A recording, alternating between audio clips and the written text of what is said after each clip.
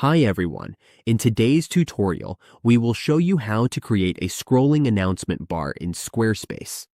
This is a great way to highlight promotions, updates, or important messages on your website. Let's get started.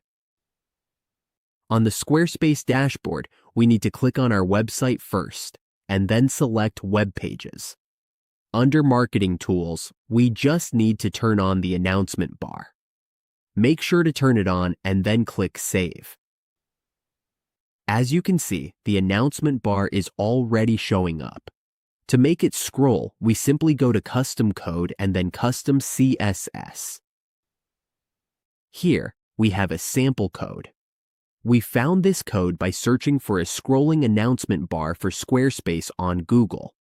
Let's copy this code and paste it in, then click Save. Now, as you can see, our announcement bar is scrolling. That's how we create a scrolling announcement bar in Squarespace. With these simple steps, we can make our announcements more visible and engaging.